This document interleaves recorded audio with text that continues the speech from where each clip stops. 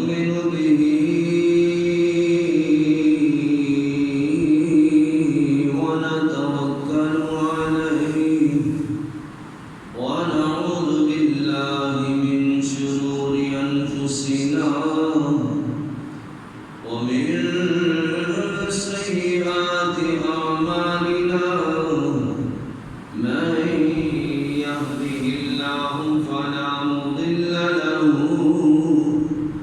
ومن يضلله فلا هادي له ونشهد أن سيدنا ومولانا محمدا عبده ورسوله أما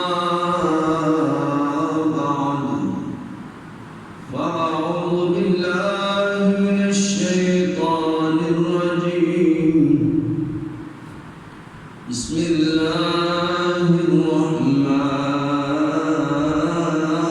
الرحيم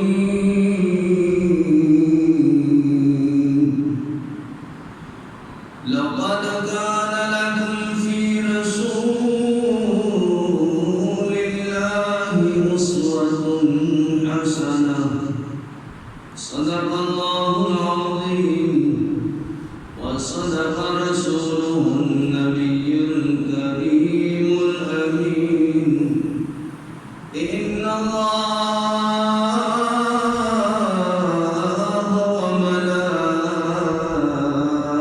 وملائكته يصلون على النبي يا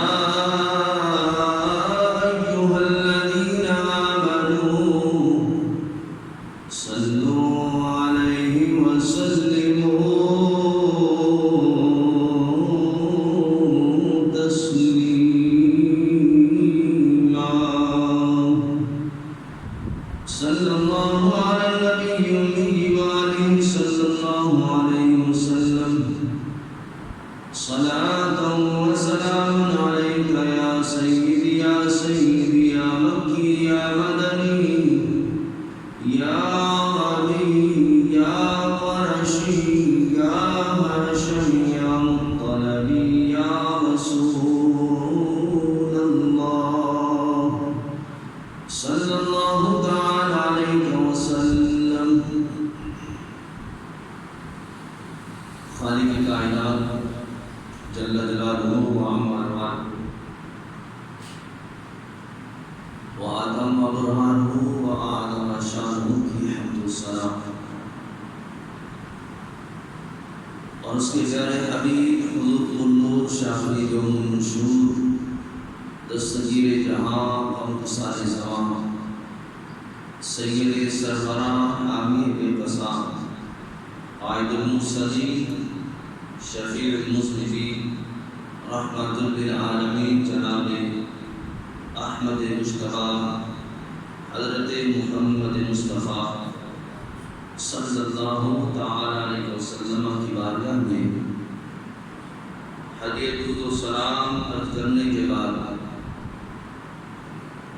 خالق کائنات جل شانہ کا بہت فضل عظیم ہے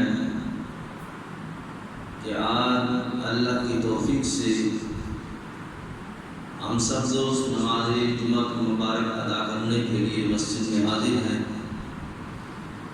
دعائے خالق کائنات جل شانہ مجھے حق سچ بیان کرنے کی اور ہم سب کو سن کر اس پر عمل کرنے کی بھی اللہ توفیق عطا فرمائے، اور خصوصاً خالق کائنات جل شانہ ہماری آج اس حاضری کو ہم سب کے لیے خیر و برکت کا باعث بنائے۔ حضرات محترم، ماہ ربیع النور کا مقدس اور بابرکت رحمتوں والا مہینہ جاری و ساری ہے، اور آج کا جمعہ مبارک اس مہینے کا آخری جمعہ مبارک ہے۔ اس کے بعد ربیع الثانی کا مقدس مہینہ شروع ہوگا۔ ربیع کہتے ہیں بہار کو، ربیع الاول پہلی بہار۔ تو ربیع الاول میں جو بہار آئی وہ امت مسلمہ کے لیے، مسلمانوں کے لیے حضور علیہ السلام کی صورت میں اللہ نے عطا فرمائی۔ اور ربیع الثانی جو دوسری بہار ہے وہ اللہ تعالی جل شانہ نے امام الاولیاء حضرت شیخ عبد القادر جیلانی الحسنی والحسینی رضی اللہ تعالیٰ عنہ کی صورت کے اندر اللہ نے مسلمانوں کو عطا فرمائی۔ اگلا جو مہینہ ہے وہ حضور غوث پاک سرکار رحمۃ اللہ تعالیٰ علیہ کے روز سے مبارکہ کا مہینہ ہے، اور یہ جو مہینہ چل رہا ہے یہ ہمارے نبی علیہ السلام کی ولادت مبارکہ کا مہینہ جاری ہے۔ اللہ پاک جل شانہ اپنے محبوب علیہ السلام کی ولادت باسعادت کا صدقہ سابقہ جمعۃ المبارک میں جو بھی حضور علیہ السلام کی عظمت و شان، آپ کے اوصاف، آپ کے میلاد کے بارے میں گفتگو ہوئی، اللہ قبول فرمائے۔ اور خصوصاً آج کی جو ہماری گفتگو ہے،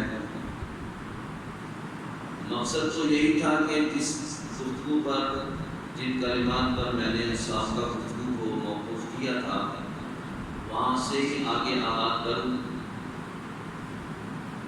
کچھ باتیں ضمن میں بیان کروں گا، لیکن اس جمعہ مبارک کو بیان کرنے کا جو مقصود ہے وہ یہ کہ حضور علیہ السلام کس مقصد کے لیے دنیا میں تشریف فرما ہوئے۔ ہمیں علم ہونا چاہیے کہ اللہ نے اپنے محبوب علیہ السلام کو ہمارے درمیان بھیجا، اس کی آخر وجہ کیا ہے کہ اللہ تعالیٰ جل شانہ نے اپنے محبوب علیہ السلام کو در حقیقت تو اپنے لیے بنایا تھا، لیکن اس کے بعد اللہ نے ہمارے اوپر فضل اور کرم کیا کہ اللہ نے اپنے محبوب علیہ السلام کو در حقیقت ہماری ہدایت کے لیے دنیا کے اندر مبعوث فرما دیا کہ جو بگڑے ہوئے ہیں ان کو سیدھا راستہ دکھانے کے لیے،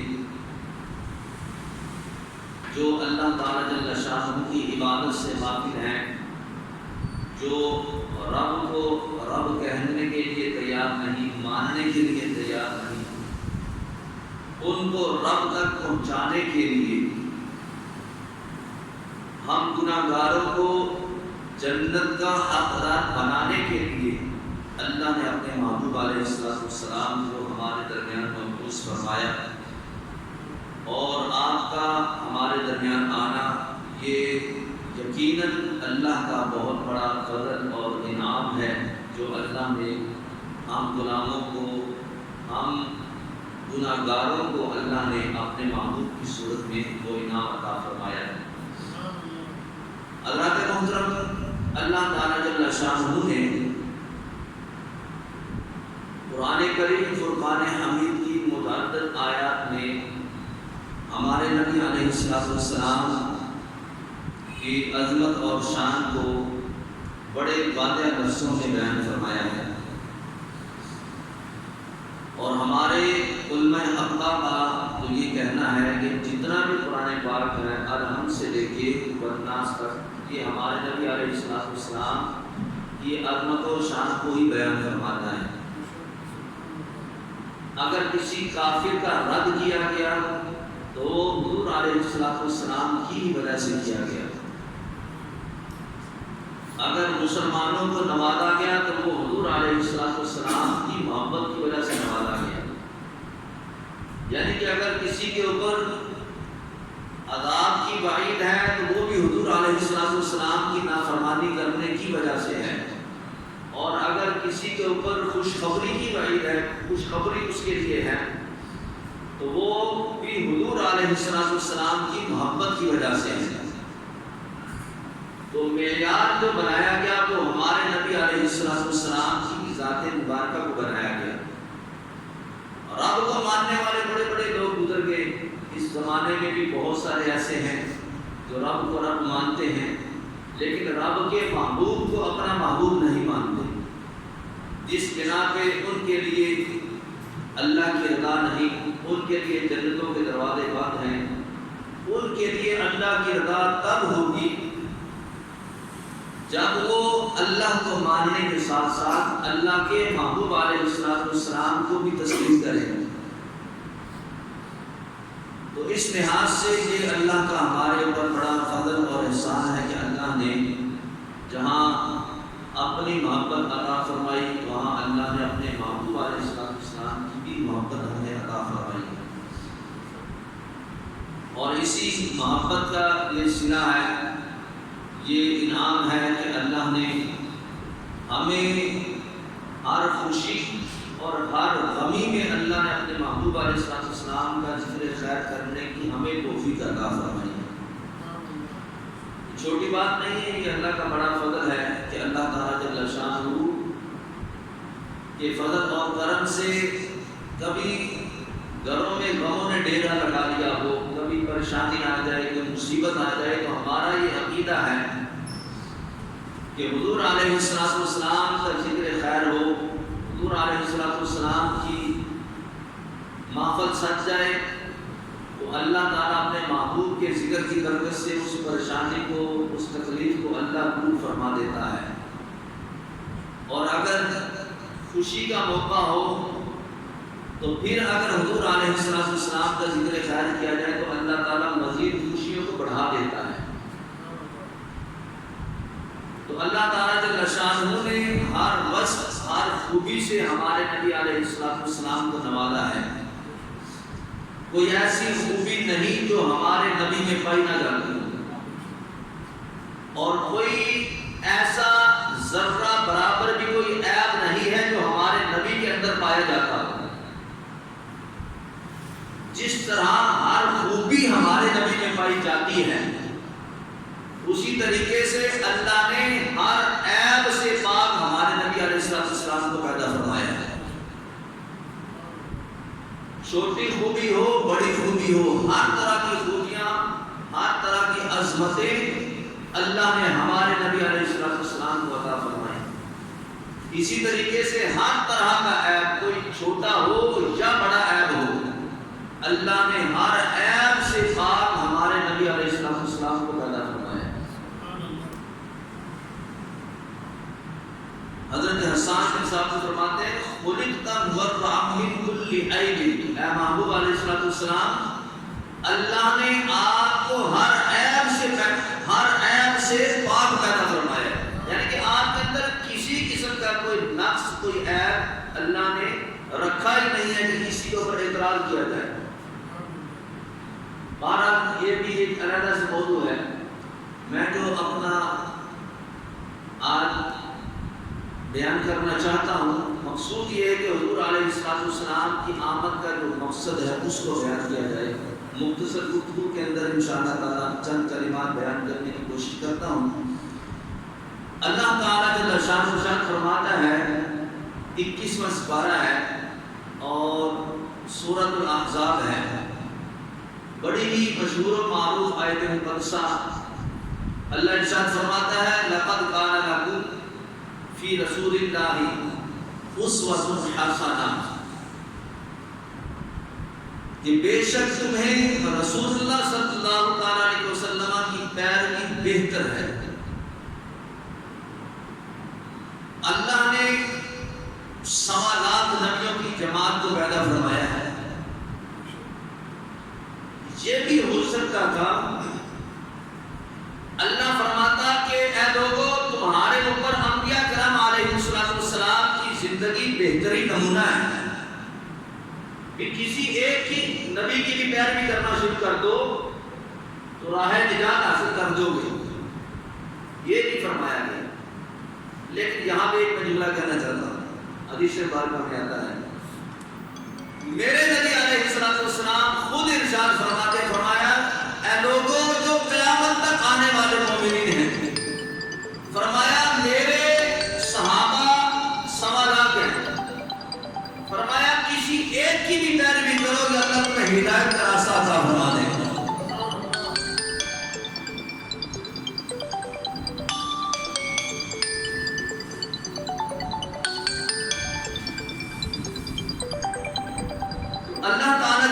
عنہ نے نبیوں کے بارے میں ایسا نہیں فرمایا کہ کسی ایک نبی کی بھی پیروی کرو گے، حالانکہ نبی جو ہیں وہ ہدایت کا نور ہیں،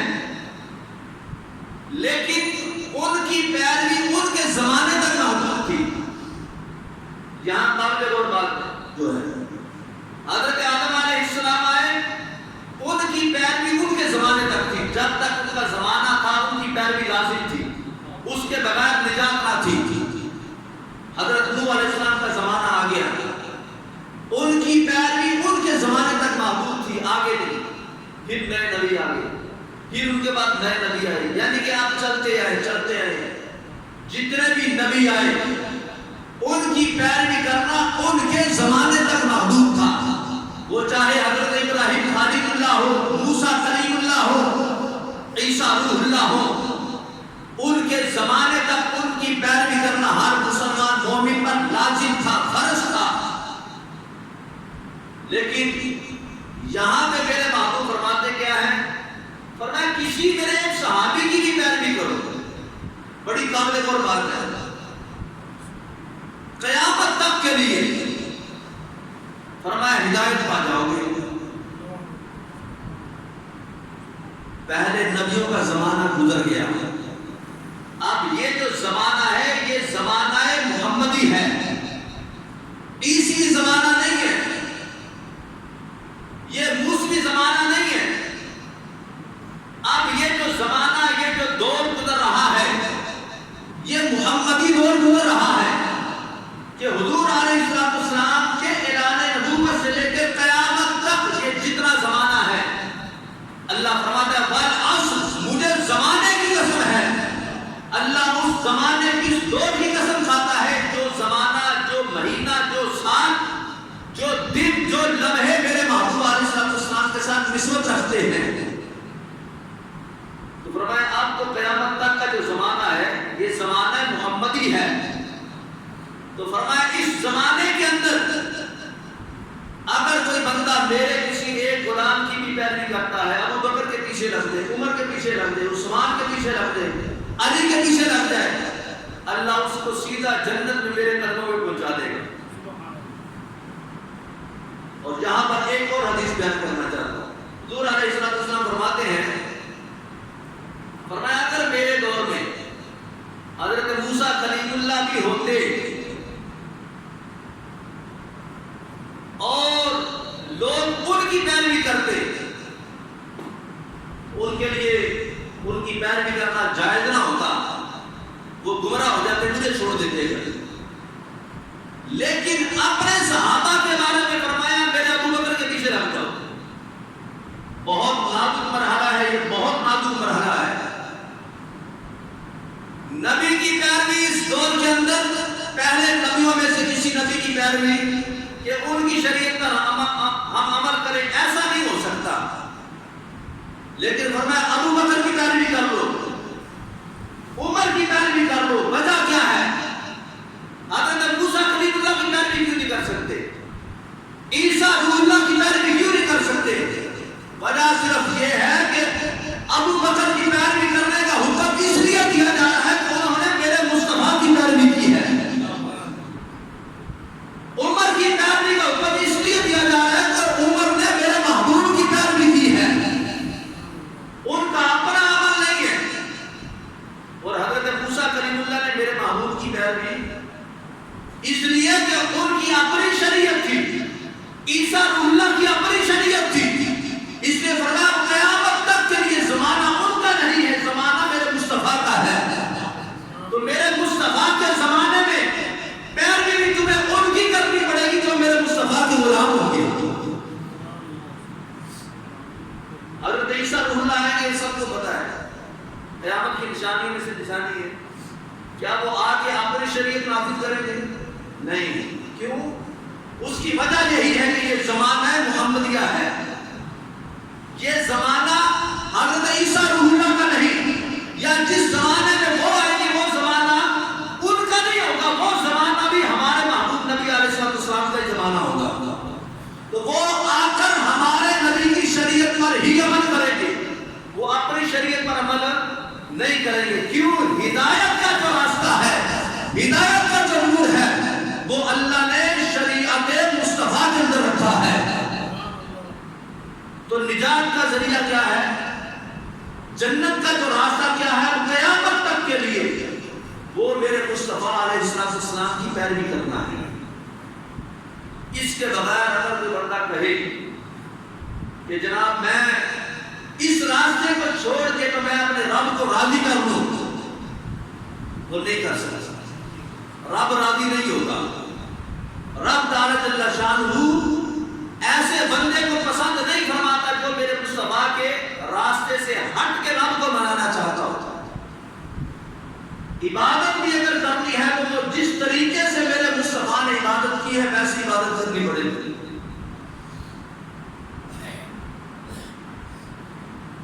مغرب کی نماز کی فرض کی کتنی رکھتے ہیں جی؟ مغرب کی نماز کی کتنی رکھتے ہیں جی؟ فرض 3 فرض کی رکھتے ہیں. تو 3 فرض اللہ کی عبادت ہے نا. نیت بھی یہی کی جاتی ہے، بندگی خدا کی، منہ طرف قبلہ شریف کے، ایسے ہی ہوتا ہے نا عبادت اللہ تعالیٰ کی. یا چلو 3 پڑھتے ہیں تو 4 بھی تو اللہ کی عبادت ہے، تو 4 ہفتے پڑھ لیتے ہیں، آج سے نیت کر لیتے ہیں. کیوں نہیں؟ ہو سکتا ہے 3 کی بجائے 4 پڑھ لیں کہ یا اللہ سجدہ تو تجھے کرنا ہے، یا اللہ رکوع تو تجھے کرنا ہے. کیوں جی؟ تو 3 جو پڑھا رہا ہے ترتیب سیدھی رہے گی. 2 × 2 4، 2 پہ قاعدہ کیا، پھر ہم نے 2 پہ قاعدہ کر لیں تو 4 ہفتے پڑھنے کی اجازت دے رہے ہمیں. اللہ فرماتا تمہیں اجازت نہیں، تم لاکھ 4 میں تم 6 پڑھ لو، اللہ قبول نہیں فرمائے گا. فرمایا میرے مصطفیٰ نے 3 پڑھی ہے، تمہیں 3 ہی پڑھنی پڑے گی. 3 پڑھی ہے تو تمہیں بھی، تم 4 پڑھو گے رب قبول نہیں فرمائے گا. اب دیکھو نا، یہ عبادت تو رب کی ہے نا، لیکن رب کو یہ بات پسند نہیں کہ کوئی بندہ سجدہ اگر مجھے کرے تو میرے مصطفیٰ کے طریقے کو چھوڑ کے سجدہ کرے. فرمایا میرا سجدہ کرنا بھی قبول نہیں کروں گا. تو گویا کہ عبادت کے لیے بھی راستہ میرے مصطفیٰ کا اختیار کرنا پڑے گا. یہاں پہ قابل غور بات، اللہ نے یہ عبادت کیوں مقرر کی ہے؟ اگر آپ غور کریں، اللہ توفیق دے، کوشش کیا کرے مطالعہ کرنے کی. چاہے ہم نے عربی کتابیں نہیں پڑھی، مطلب ہم نہیں جانتے بڑی بڑی فقہ کی کتابوں کو، آپ سمپل جو علماء کرام نے جو اس دور کے مطابق جو کتابیں لکھی ہیں ہمیں مطلب سمجھانے کے لیے سادہ لفظوں میں، آپ وہ بھی پڑھیں تو اس میں آپ کو بہت ساری ایسی چیزیں مل جائیں گی جو آپ کے ایمان کو مزید مضبوط کرے گی، محبت رسول آپ کے اندر پیدا فرمائے گی. میں ایک سوال کرتا ہوں، اللہ نے اپنی عبادت کس لیے مقرر کی؟ فجر میں بھی جناب میری 2 فرض ہیں، 2 سنت رکھ لیں، ظہر میں بھی نماز پڑھو، دوپہر کو بھی، پھر شام ڈھلنے سے پہلے پھر عصر پڑھو، پھر شام ہو جائے مغرب پڑھو، پھر رات شروع ہو تو عشاء کی نماز ادا کرو. اللہ توفیق دے تو رات کے آدھے پہر کو اٹھ کے تہجد بھی پڑھو.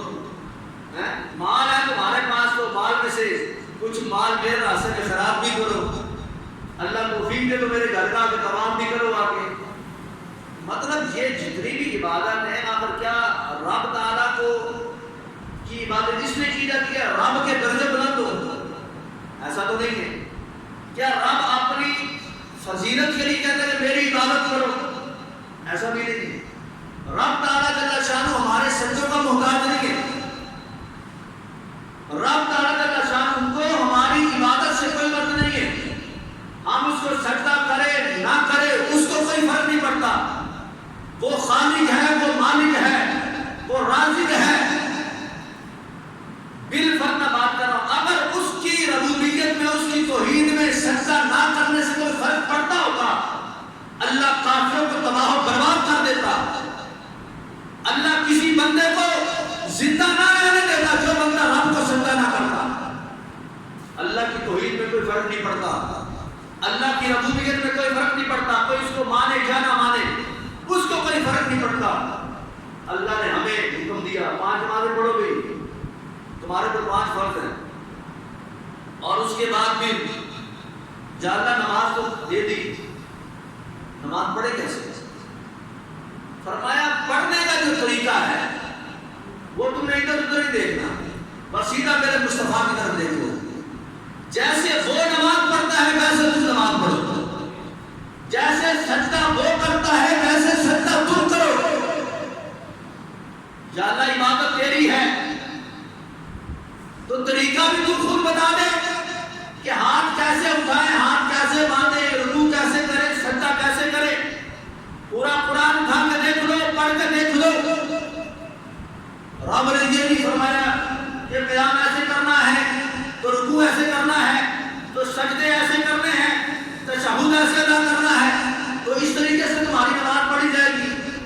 کچھ بھی نہیں کیا، بس کہا اقیم الصلاۃ اقیم الصلاۃ اقیم الصلاۃ، نماز نماز نماز نماز پڑھو۔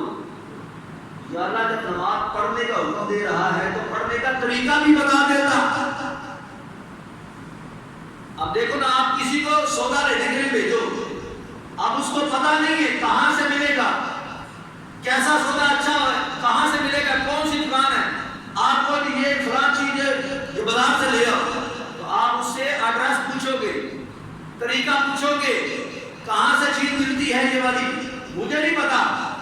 اللہ نے یہ کہا صرف نماز ادا کرو، تو طریقے کے لیے اللہ تعالی جل شانہ نے فرمایا لقد کان لکم فی رسول اللہ اسوۃ حسنہ، فرمایا عبادت کرنی ہے تو میرے مصطفیٰ کو دیکھو، ادھر ادھر جانے کی ضرورت نہیں ہے تمہیں۔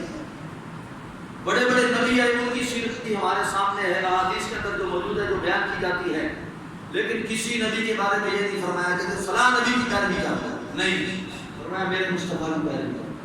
یہ تمہارے لیے آئیڈیل ہستی ہے، یہ تمہارے لیے وہ ذات وہ نمونہ ہے کہ فرمایا عبادت میری ہوگی، عبادت میری ہوگی، بندگی میرے مصطفیٰ کی ہوگی، اطاعت میرے مصطفیٰ کی ہوگی۔ تو یا اللہ تو نے عبادت رکھی کس وجہ سے، آخر اس کی وجہ کیا ہے؟ فرمایا رکھی صرف اس وجہ سے ہے، فرمایا عبادت تم کرتے چلے جاؤ، نماز تم پڑھتے چلے جاؤ، روزہ تم رکھتے چلے جاؤ، زکات تم ادا کرتے چلے جاؤ، قرآن کی تلاوت تم کرتے چلے جاؤ، کعبے کا طواف تم کرتے چلے جاؤ، فرمایا تمہارے لیے عبادت بنا دوں گا، اور اس عبادت کے ذریعے سے فرمایا میرے محبوب کی جان تازہ رہا کرے گی۔ در حقیقت رب کو یہ پسند ہے کہ فرمایا قیامت تک جو ہے میرے مصطفیٰ کی جان تازہ رہے، کہ جب کوئی بھی بندہ مجھے سجدہ کرے تو میرے مصطفیٰ کو چھوڑ کے نہ کرے، میرے مصطفیٰ کی محبت سینے میں بٹھا کے سجدہ کرے کہ اللہ کے حبیب نے سجدہ کیا کیسے ہے۔ اب تو 1400 سال گزرے، ابھی نہ جانے کتنے 100 سال گزرنے قیامت تک کے لیے، تو قیامت کے قریب جو آخری مومن ہوگا وہ بھی میرے مصطفیٰ کی سیرت کو دیکھ کے، میرے مصطفیٰ کے طریقے کو دیکھ کے وہ بھی رب کو آخری سجدہ کرے گا۔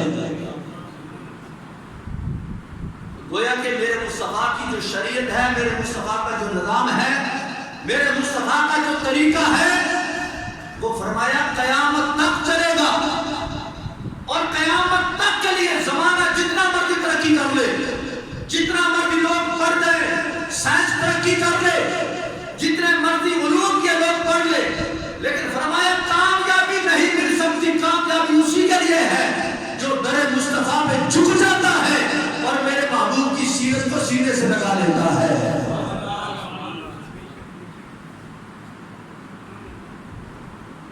تو حضور علیہ السلام کی ذات کو ہمارے لیے آئیڈیل بنا دیا گیا، ہمارے لیے نمونہ حیات بنا دیا گیا۔ یہ تو عبادت کی بات میں نے آپ کے سامنے بالکل مختصر لفظوں کے اندر کی ہے کہ عبادت رب کی ہے، لیکن پیروی میرے مصطفیٰ کی ہے۔ در حقیقت رب تعالیٰ اپنے محبوب کی اداؤں کو یہ لوگوں کے دلوں کے اندر یہ بٹھانا چاہتا ہے، بار بار اللہ تعالیٰ جل شانہ در حقیقت ادائے مصطفیٰ کو لوگوں کے سامنے بیان کر رہا ہے کہ حضور علیہ السلام کی جو سیرت ہے یہ تمہارے لیے در حقیقت نمونہ حیات ہے۔ اگر میرے مصطفیٰ کی سیرت یہ کامیابی کا ذریعہ نہ ہوتی تو نماز پڑھنے سے کامیابی نہ ملتی۔ رب کو رب مان لیا بس ٹھیک ہے، یا اللہ تجھے مان لیا، رب کو رب مان لیا تو بندہ کامیاب ہو جاتا۔ یہ جو عبادت درمیان میں رکھی ہے، اس کی وجہ یہی ہے کہ میرے مصطفیٰ کی سنت زندہ رہے، میرے مصطفیٰ کا طریقہ زندہ رہے، میرے مصطفیٰ سے لوگ فیض حاصل کرتے رہے۔ اب دیکھو، اگر عبادت سے ہی بندے کے درجات بلند ہوتے ہیں، بندے کو فضیلتیں ملتی ہیں، بے شک عبادت سے بھی فضیلت ملتی ہے، لیکن جو بات سمجھانا چاہتا ہوں، اگر صرف عبادت ہی مقصود ہوتا تو شیطان نے کیا عبادت کم کی تھی؟ آپ کو پتہ ہے اس بات کا کہ شیطان نے اتنی زیادہ رب کی عبادت کی ہے کہ اپنی عبادت کے بل بوتے پر اللہ نے اس کو فرشتوں کا امام بنا دیا. اتنا عبادت گزار ابھی دنیا نہیں بنی تو وہ اتنا عبادت گزار کو لفظ کو پہلے بنا دیا گیا. لیکن نتیجہ کیا نکلا؟ حضرت آدم علیہ السلام کے بارے میں جب اس کو کہا گیا کہ سجدہ کرو، اس نے انکار کر دیا. ایک سجدے کا انکار کیا اس نے. اللہ نے اس کی عبادت کو نہیں دیکھا، اس نے یہ دیکھا کہ یہ تو میرا محبوب بندہ ہے، یہ تو میرا پیارا ہے، یہ تو میرا نبی ہے. میں نے اس کو کہا کہ ٹھیک ہے تو نے ساری زندگی میری اتنی زیادہ عبادت کی ہے، فرشتوں نے بھی اتنی عبادت نہیں کی ہے، لیکن میں تجھے کہتا ہوں عبادت جو تو میری کر رہا ہے تو میں ہی کہہ رہا ہوں کہ میرے مقبول بندے کو، میرے محبوب بندے کو سجدہ کر. اس نے کہا نہیں، ان کو نہیں سجدہ کروں گا، یا اللہ تجھے سجدہ کروں گا. اللہ نے فرمایا پھر تیرے سجدے کا قبول نہیں کروں گا. یہ نہیں کہ چلو اب کے بعد جو کرے گا وہ نہیں قبول کروں گا، نہیں. فرمایا شروع سے لے کے آپ تک جتنے سجدے کے سارے رد کر دیے گئے. پتا چلا عبادت جو ہے وہ رد ہو سکتی ہے، لیکن اگر نبیوں کی نسبت قائم ہو جائے اللہ اس کو رد نہیں فرماتا ہے. عبادت رد ہو سکتی ہے اور عبادت سے مقام نہیں ملتے جو مقام نسبت سے مل جاتا ہے. حضرت حسین رضی اللہ تعالیٰ عنہ صحابی رسول ہیں، ایک سجدہ بھی رب کو نہیں کیا. توجہ ذرا، ایک مرتبہ بھی قرآن کو کھول کے نہیں دیکھا ہے، ایک لفظ بھی قرآن کی تلاوت نہیں کی ہے، کوئی روزہ نہیں رکھا، کچھ بھی نہیں کیا. اس کی وجہ میں ابھی آپ کو بتاتا ہوں، لیکن کیا ہے سنیں ذرا. حضرت حسین رضی اللہ تعالیٰ عنہ کو جو رب نے مقام و مرتبہ عطا فرمایا ہے وہ سے بات کو جانتے ہیں کیا؟ تو کیا نہیں میرے بابا جی جن کو امام الاولیاء کہا جاتا ہے، جس طرح ہمارے نبی کو امام الانبیاء کہا جاتا ہے، وہ سے بات کو امام الاولیاء کہا جاتا ہے کہ قیامت تک کے اولیاء کے امام ہیں. لیکن غوث پاک بھی ہو 40 سال تک عشاء کے وضو سے فجر کی نماز تک رب کی عبادت کرتے ہیں، ساری رات عبادت میں، دن کو روزہ ہے، رات کو عبادت ہے. 15 سال ہر رات مکمل کھڑے ہوئے قرآن پڑھتے رہے اور بھی پیدائشی ولی اللہ ہے. 1000 سال کے قریب ہو گیا کہ دنیا سے پردہ فرمائے ہوئے. آج بھی ان کی محبت، ان کا ذکر اہل سنت کی مساجد میں ہوتا ہے. 11ویں کا تبرک، 11ویں کا ختم دلانا ہم اپنے لیے فخر محسوس کرتے ہیں. فرمایا یہ کروڑوں بھی مجھ سے بات آ جائے نا تو حضرت مشارت کی کرتے راہ کو نہیں پہنچ سکتے. آپ سبحان اللہ کہہ سکتے ہیں؟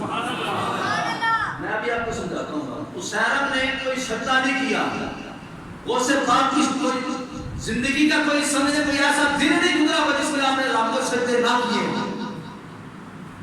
حضرت حسین نے سجدہ بھی کوئی نہیں کیا، نماز بھی کوئی نہیں پڑھی، کچھ بھی نہیں ہوا، اس لیے کہ ان کی زندگی میں وقت ہی نہیں آیا ایسا. اب ان کی زندگی کتنی تھی؟ بظاہر ان کی زندگی تھی کم و بیش 25 سال لگا لیں، 30 سال لگا لیں. میں نے پڑھا نہیں نہ سنا ایسا کہ ان کی زندگی کتنی تھی، لیکن میں ایک اندازے سے بات کر رہا ہوں. 30 سال لگا لیں، 35 سال لگا لیں، 40 سال آپ لگا لیں. ٹھیک ہے جی، 40 سال میں اس نے رب کی نافرمانی کی، رب کو مانا ہی نہیں، مشرک رہا ساری زندگی، کفر کے اندر رہا.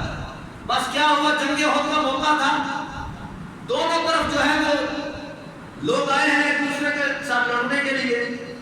حضرت حسین کافروں کی طرف سے میرے محبوب سے لڑنے کے لیے کہ آج صحابہ کے ساتھ جنگ ہوگی، مسلمانوں کے ساتھ جنگ ہو گیا. میرے مصطفیٰ کی بارگاہ میں آئے اور آگے کہتے ہیں اے محمد صلی اللہ علیہ وسلم بس مجھے اتنا بتا دیں اگر آپ کی طرف سے لڑوں تو کیا ملے گا، اگر ان کی طرف سے آپ کے خلاف لڑوں تو پھر کیا ملے گا. تو اتنی سی بات ہے. یہ عقیدہ اہل سنت کا ہے، یہ وہابیوں کا عقیدہ نہیں ہے. میں خود کہتا ہوں نعرہ تکبیر، میں خود نعرے کا جواب دوں گا، نعرہ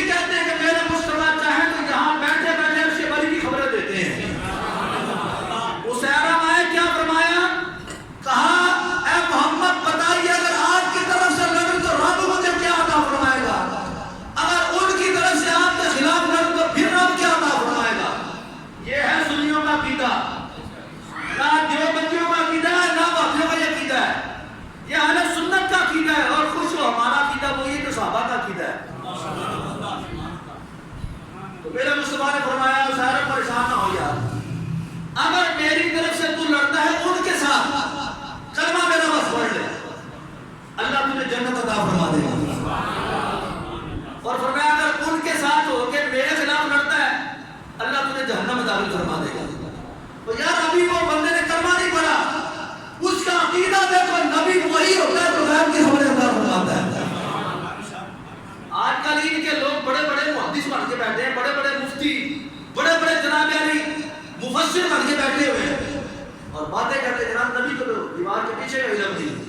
میں نے تیرے نال دوست دے کافر سمجھے جڑے کہندے سن نبی ہوندا ہی وہ جڑا غیب کی خبر عطا فرماتا. اس نے کہا واقعی ایسے ہے, اللہ مجھے معاف کر دے گا؟ فرمایا ہاں رب معاف فرما دے گا. فرمایا پڑھو پھر کلمہ. میرے مصطفیٰ نے کلمہ پڑھایا, کلمہ پڑھا, اب نماز کا وقت نہیں ہوا, غسل کرنے کا بھی وقت نہیں ملا, ادھر سے کلمہ پڑھا, جنگ میں گیا, ادھر شہید ہو گیا. لو جی قیامت تک کے لیے کوئی بندہ اس کی برابری کا نہیں پیدا ہو سکتا.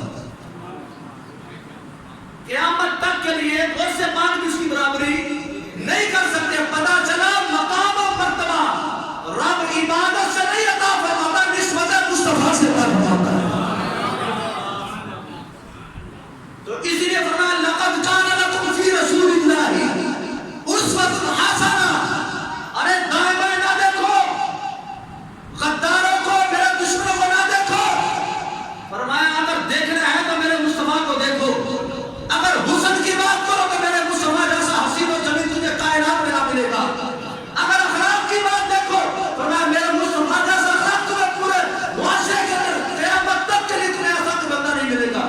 میرے مصطفیٰ علیہ السلام کی طاقت کی بات کرو تو میرے مصطفیٰ جیسا طاقتور بھی تجھے کائنات کے اندر کوئی نہیں ملے گا. میں گنتی کرتا چلا جاؤں تو یہاں پہ پورا ٹائم ختم ہو جائے گا, میں آگے چلنا چاہتا ہوں. تو گویا کیا لوگوں جس زاویے سے بھی دیکھو میرے مصطفیٰ علیہ السلام تمہارے لیے ہدایت ہی ہدایت بن کے آئے ہیں. اگر نہیں یقین آتا, میں دل پر سمجھانے کے لیے بات کرتا ہوں, پھر بھی بندے کا دل پر دل بار بار ذہن مطمئن نہیں ہوتا. اب دیکھو نا صحابہ کرام علیہ رضوان نے کیسی زندگی گزاری, لباس کیسے ہیں, کئی تبادلے لگے ہوتے ہیں. شاہانہ لباس پہننا بھی وہ اپنے لیے پسند نہیں فرماتے. کیوں؟ اس لیے کہ میرے مصطفیٰ نے پیغمبر والا لباس پہنا ہے, وہ اسی پہ راضی ہیں. مجھے بتائیں صحابہ کامیاب ہوئے کہ نہیں ہوئے؟ کیا صحابہ نے یہودیوں کی پیروی کی ہے, عیسائیوں کی پیروی کی ہے؟ نہیں. کس کی پیروی کی ہے؟ ہمارے مصطفیٰ کی پیروی کی, ہمارے نبی کی پیروی کی, میلاد والے آقا کی پیروی کی ہے. اللہ نے ان کو قیامت تک کے لیے ہدایت کا نور بنا دیا اور فرمایا اس امت کے لیے ہدایت کا ستارہ بنا دیا. اگر پھر بھی سمجھ نہ آئے تو میں اور آسان کر دیتا ہوں. مجھے بتاؤ یہ داتا علی حجویری کا مزار آپ کے لاہور کے اندر جگمگا رہا ہے. گنج بخشے فیض عالم مظہر نور خدا ناقصانہ پیر کامل کاملانہ رہنما. مجھے بتاؤ داتا علی حجویری کامیاب ہوئے کہ نہیں ہوئے؟ اپنے من کے مفتی سے پوچھو, کسی سے پوچھنے کی ضرورت نہیں ہے. جس کو دنیا سے گئے ہوئے 1000 سال گزر گیا, آج بھی داتا داتا تو لوگ کرتے ہیں. حضرت بابا فرید الدین گنج شکر, مجھے بتاؤ یہ بھی آپ کے پاکستان میں ڈیرا لگائے بابا جی, پاک پتن والے بابا جی. میں آپ سے سوال کرتا ہوں, کیا یہ یہودیوں کے پیروکار تھے, عیسائیوں کے نقشے قدم پہ چلنے والے تھے؟ کیا یہ بارڈر پار قوم ہندوؤں کے نقشے قدم پر چلنے والے تھے؟ نہیں. یہ میرے مصطفیٰ کی سیرت کو بنانے والے تھے, میرے مصطفیٰ کے طریقے پر چلنے والے تھے, میرے مصطفیٰ علیہ السلام کے دین پر عمل کرنے والے تھے. اور پھر انہوں نے اپنے من کو مارا, اپنی مرضی کو مارا, اپنے نفس کو مارا اور فرمایا جو میرا مصطفیٰ کہتا ہے بس اس پر عمل کرتے رہے. جو میرے مصطفیٰ کرتے تھے اس پر عمل کرتے رہے. جو انہوں نے دے دیا وہ مصطفیٰ سے لے لیا, جس کا میرے مصطفیٰ نے انکار کر دیا اس کا انہوں نے انکار کر دیا.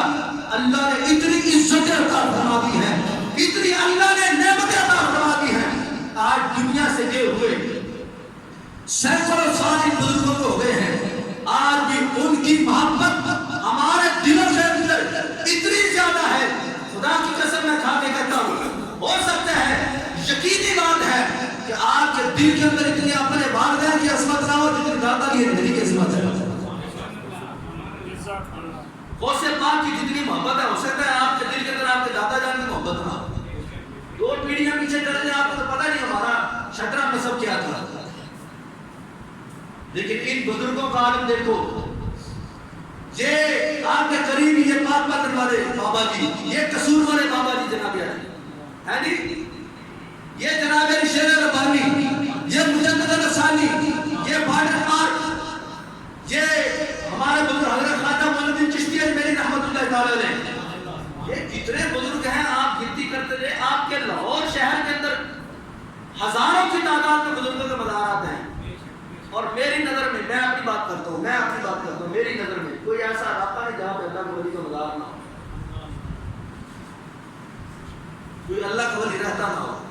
جہاں پہ رب کا ولی بستا نہیں ہے، جہاں پہ رب کا ولی رہتا نہیں ہے، توجہ، جہاں پہ اللہ کا نیک بندہ ہوتا نہیں ہے، وہ بستی غیروں کے طریقے پر تو چل سکتی ہے، میرے مصطفیٰ کے طریقے پر نہیں چل سکتی.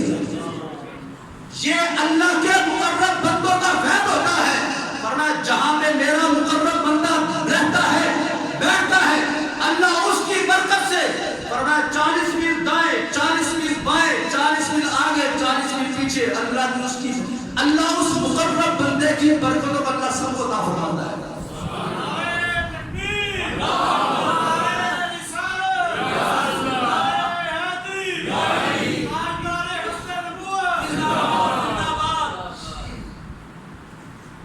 حضرت میرا حسین زندانی، حضرت میاں میر سرکار رحمۃ اللہ تعالی، حضرت میاں میر سرکار رحمۃ اللہ تعالی، آپ کی زندگی میں شیعہ حضرات نے آپ سے سوال کیا. آپ سے جب بات چیت میں، جب یہ شیعہ حضرات یہ ایران سے جب یہ اس سرزمین پہ جب آئے، ملاقات ہوئی، تو ان کا جو بڑا ذاکر تھا، آپ نے ان سے گفتگو کی تو کہا کہ تمہارے نزدیک حضرت امام حسین رضی اللہ تعالیٰ کے مزار و انوار کی کیا عظمت ہے، کیا شان ہے؟ بڑی توجہ سے بات سنو، تم کیا اہمیت دیتے ہو؟ بڑی حضرت امام حسین کی محبت کی تم باتیں کرتے ہو. شیعہ حضرات آپ کو پتہ نہیں جب کہ محرم آتے ہیں دوسرا اپنی محبت کا اظہار کرتے ہیں، وہ چلو جو ان کا طریقہ ہے میں اس سے بات نہیں کرتا. آپ نے فرمایا تمہارے نزدیک حضرت امام علی مقام حضرت امام حسین کی قبر انور کی کیا شان ہے، تم کیا سمجھتے ہو؟ فرمایا اگر ہم سے پوچھتے تو ہمارا عقیدہ یہ ہے کہ 40 میل دائیں، 40 میل بائیں، 40 میل آگے، 40 میل پیچھے جو اس خطے کے اندر بندہ دفن ہو جاتا ہے، اللہ تعالیٰ حضرت امام حسین کی قبر انور کی برکت سے اللہ اس کو عذاب سے محفوظ فرما دیتا ہے. آپ فرماتے ہیں سبحان اللہ، ہم اس کو مانتے ہیں. ہم اس عظمت کو جو تم بیان کر رہے ہو ہم اس کو مانتے ہیں، ہمیں کسی چیز کا انکار نہیں ہے. لیکن آپ نے گراکے سے سوال پلٹ کے اس کو کہا جو کہتے کہ ابو بکر ایسے ہیں، عمر ایسے ہیں. فرمایا یہ تو امام حسین کی شان ہے جو 40 میل دائیں بائیں کوئی مردہ دفنا دیا جائے اللہ اس کو عذاب نہیں دیتا. تو فرمایا مجھے بتاؤ میرے مصطفیٰ کے مزار پرانوار کی کیا شان ہوگی کہ جس مزار کے اندر میرے مصطفیٰ ایک طرف ابو بکر کو لے کے لیٹے ہوئے ہیں اور ایک طرف عمر فاروق اعظم کے ساتھ جبیاں ڈال کے لیٹے ہوئے ہیں. مجھے بتاؤ پھر ابو بکر عمر کا مقام کتنا بلند و بالا ہوگا. اگر امام حسین کے مزار کی یہ شان ہے تو پھر بتاؤ میرے مصطفیٰ کے مزار کی شان کتنی ہوگی. یہ تو اپنی سمجھ کی بات ہے نا. امام حسین نبی نہیں ہے، نبی کے نواسے ہیں، اور میرا نبی صرف نبی نہیں ہے، نبیوں کا امام ہے. تو گویا کہ جو ان کے جوار رحمت میں جن کو جگہ مل جائے پھر ان کا ثانی تو قیامت تک کوئی نہیں ہو سکتا نا. تو یہ سب کچھ کیا ہے؟ یہ عبادت اپنی جگہ پہ ہے. عبادت رب نے رکھی ہے صرف مصطفیٰ کی جان کو تازہ کرنے کے لیے. در حقیقت مقام و مرتبہ جو ملتا ہے وہ نسبت مصطفیٰ سے ملتا ہے. اور آج بھی جن کا تعلق میرے مصطفیٰ سے ہے، آج بھی جن کا تعلق میرے مصطفیٰ سے ہے، اللہ ان کو رسوا نہیں کرتا، اللہ ان کو عزت عطا فرماتا ہے. اور جن کا تعلق میرے مصطفیٰ سے ٹوٹ گیا ہے، فرمایا پھر وہ در بدر پتھر کھاتے ہیں، لاکھ رب کو سجدے کرے، وہ شیطان کے پیروکار تو ہو سکتے ہیں، میرے مصطفیٰ کے ساتھ محبت کرنے والے نہیں ہو سکتے ہیں. جن کا تعلق میرے مصطفیٰ سے ٹوٹ جاتا ہے. تو فرمایا کہ اگر تم چاہتے ہو کہ رب کی بارگاہ میں تمہیں مقام و مرتبے ملے تو پھر کیا ہے کہ فرمایا پھر سیرت میرے مصطفیٰ کی بنانا پڑے گی. تو سیرت کے لیے طریقہ کار جو ہے وہ میرے مصطفیٰ کی زندگی کا ہے. فرمایا ہم نے اپنے محبوب کو تمہارے درمیان بھیجا اسی مقصد کے لیے ہے. ارے دائیں بائیں نہ دیکھو بھائی، میری بارگاہ میں مقبول ہونا چاہتے ہو تو پھر کیا ہے، میرے مصطفیٰ کو دیکھ لو بس اور دائیں بائیں جانے کی ضرورت نہیں ہے. ایک صحابی ہے میرے محبوب کی بارگاہ میں، ابھی صحابی بنے نہیں تھے، ابھی کفر کا عالم ہے، اور میرے حضور کی بارگاہ میں حاضر ہوئے. کہا کہ آپ محمد صلی اللہ علیہ وسلم کلمہ آپ کا پڑھ لیتا ہوں. ٹھیک ہے، آپ کی بڑی شور و سنی، بڑا نام سنا، ٹھیک ہے مان لیتے ہیں، لیکن میری ایک شرط ہے. آپ نے فرمایا کیا شرط ہے؟ کہا 3 نمازیں پڑھوں گا، 2 نہیں پڑھوں گا. یہ ہے وہ عقیدہ جس کو کہتے ہیں اختیارات مصطفیٰ. یہ سنیوں کا عقیدہ ہے. اور بولو تو صحیح، کس کا عقیدہ جی؟ سنیں ذرا سنیں، یہ ان کا عقیدہ نہیں ہے، یہ سنیوں کا عقیدہ ہے. اور آئے ہیں میرے مصطفیٰ کی بارگاہ میں، کیا کہا؟ محمد کلمہ ایک شرط میں پڑھوں گا. کہا کیا شرط ہے؟ کہا تم 5 پڑھتے ہو والے، ابو بکر 5 پڑھے، عمر 5 پڑھے، عثمان 5 پڑھے، علی 5 نمازیں پڑھے، قیامت تک آنے والا ہر آپ کا امتی، ہر آپ کا کلمہ پڑھنے والا 5 نمازیں پڑھے. لیکن فرمایا محمد میں 5 نہیں پڑھوں گا. آپ کہہ سکتے تھے بھائی رب کا حکم ہے، میں کیسے انکار کر سکتا ہوں؟ کہہ سکتے تھے، لیکن ان کو پتا تھا یہ جو کہتے ہیں وہ ہو کے رہتا ہے. اسی کو کہتے ہیں با اختیار نبی. جنہوں نے نبی کو بے اختیار جانا، انہوں نے کہا نبی کچھ کر نہیں سکتا ہے، نبی جو ہے وہ امت کو کچھ دے نہیں سکتا ہے. لیکن یہ میں ان کے عقائد کی بات کرتا ہوں جن کے عقیدے میں تم لوگ چل رہے ہو. ہمارا عقیدہ یہ ہے کہ ہمارے نبی با اختیار ہے، بے نہیں با. فرمایا بتا تو کیا کہتا ہے؟ فرمایا محمد 3 پڑھوں گا، 2 نہیں پڑھوں گا، 5 پوری نہیں کروں گا. فرمایا بس اتنی بات ہے. فرمایا آپ 3 پڑھ، اللہ مجھے پھر بھی جنت عطا فرمائے گا. لو جی 2 کا انکار کر دیا، انکار کر دیا نا. آپ کر سکتے ہو انکار؟ آپ کر سکتے ہو. 2 نہ کی تسی ایک سنڈے کا بھی انکار کرو دے چھٹی ہو گئی. ساری زندگی کی عبادت ختم، ایمان ختم، دار اسلام سے ساری، کوئی کھاتا نہیں، کوئی حج نہیں، کوئی عمرہ نہیں، سب کچھ برباد ہو گیا، راک ہو جائے گا. ایک شبدے کا بھی انکار کر دو. اس نے کتنے کا انکار کیا؟ کہا میں 2 نہیں پڑھوں گا نمازیں. میرے مصطفیٰ نے کہا آجا تو نہ 2 پڑھ، تو 3 پڑھ سکتے. وہ اتنا نماز ہے، بعد میں اس کے اوپر میرے محبوب کی محبت کا اثر ہوا، اس نے 5 کی 6 پڑھنا شروع کر دی. وہ بات کا مسئلہ ہے، لیکن شرط تو لگا دی نا. فرمایا میں 3 پڑھوں گا، 2 نہیں پڑھوں گا. تو میرے مصطفیٰ نے قبول کیا کہ نہیں کیا؟ تو اسی کو کہتے ہیں با اختیار نبی. اور کس کو کہتے ہیں کہ نبی جو چاہے رب تعالیٰ اپنی قدرت کے فیصلے بدل دیتا ہے. تو فرمایا کہ یہ جو عبادت جو ہے یہ صرف در حقیقت اپنے محبوب کی جان تازہ کرنے کے لیے. ہم تو حضور کا ذکر کر کے میلاد مناتے ہیں نا، حضور کی آمد کو بیان کرتے ہیں، تو لوگوں کو پریشانی ہو جاتی ہے کہ جناب یہ میلاد تم کیوں مناتے ہو، یہ تم اس طرح ذکر کیوں کرتے ہو، نام خانی کیوں کرتے ہو، یہ ذکر میلاد کیوں کرتے ہو. تو ہم یہ لفظوں میں حضور کی جان تازہ کرتے ہیں. توجہ ذرا، لفظوں میں حضور کی جان تازہ کرتے ہیں. لفظوں میں ہم محبت رسول بیان کر کے اور دلوں کے اندر محبت رسول پیدا کرنے کی کوشش کرتے ہیں. لیکن رب نے کہا لفظ نہیں، میں تمہیں ادا بھی بتاؤں گا، میں تمہیں طریقہ بھی بتاؤں گا. جو بندہ میری مصطفیٰ کی ادا کو اپنائے گا وہی بندہ عبادت گزار بن جائے گا. جو میرے مصطفیٰ کے طریقے کو چھوڑ کے میری بارگاہ میں آئے گا، نہ سجدہ قبول ہے، نہ زکات قبول ہے، نہ اس کے طواف قبول ہے.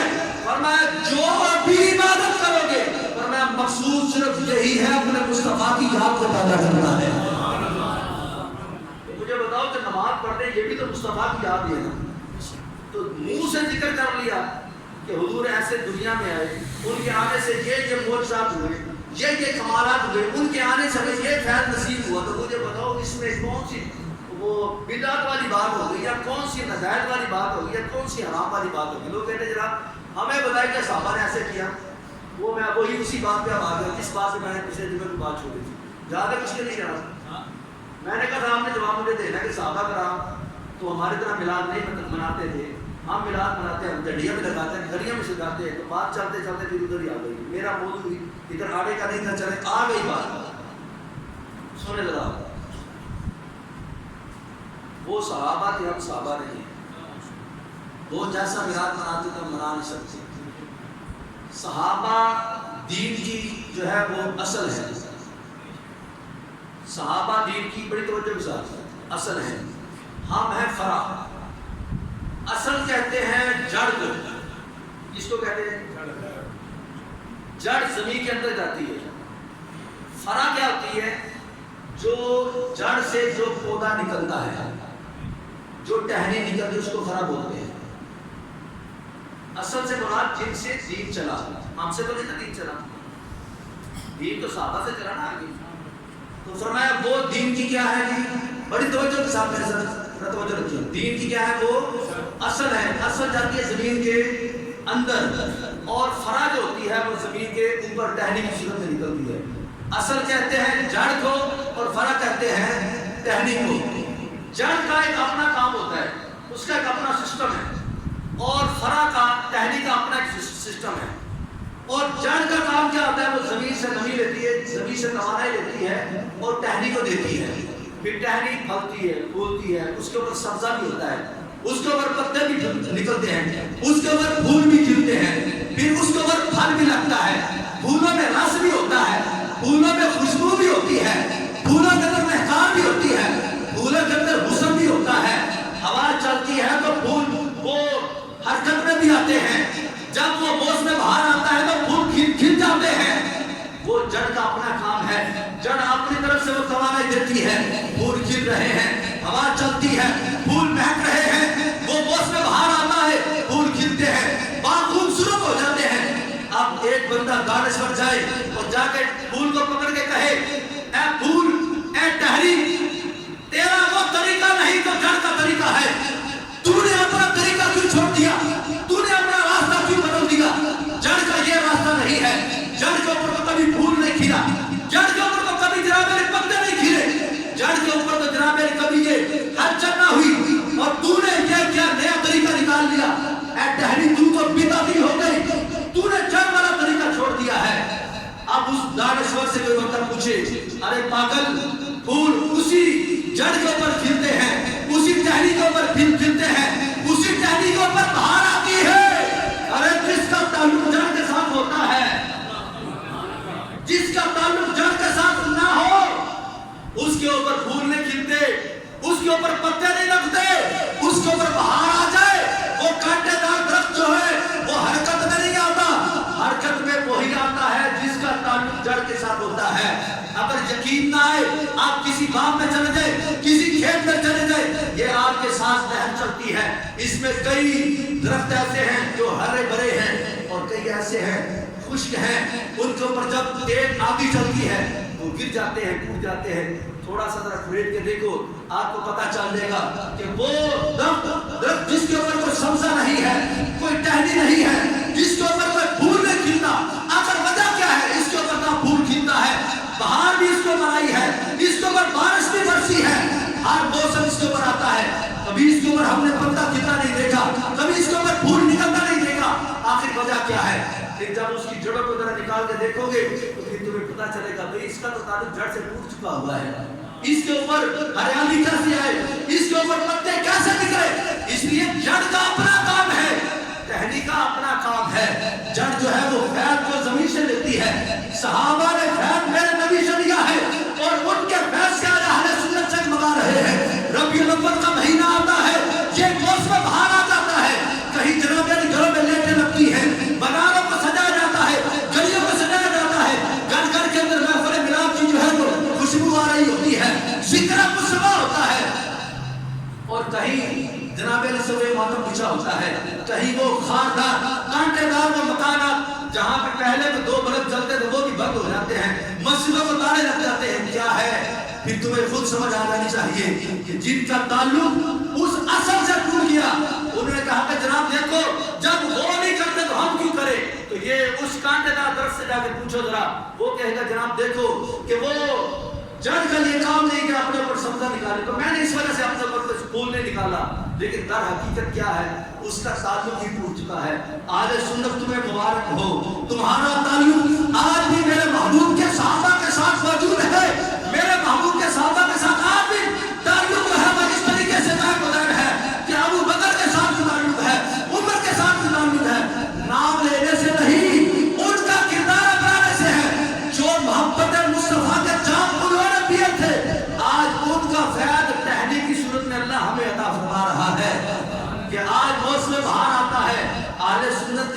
کھل جاتے ہیں. کیوں؟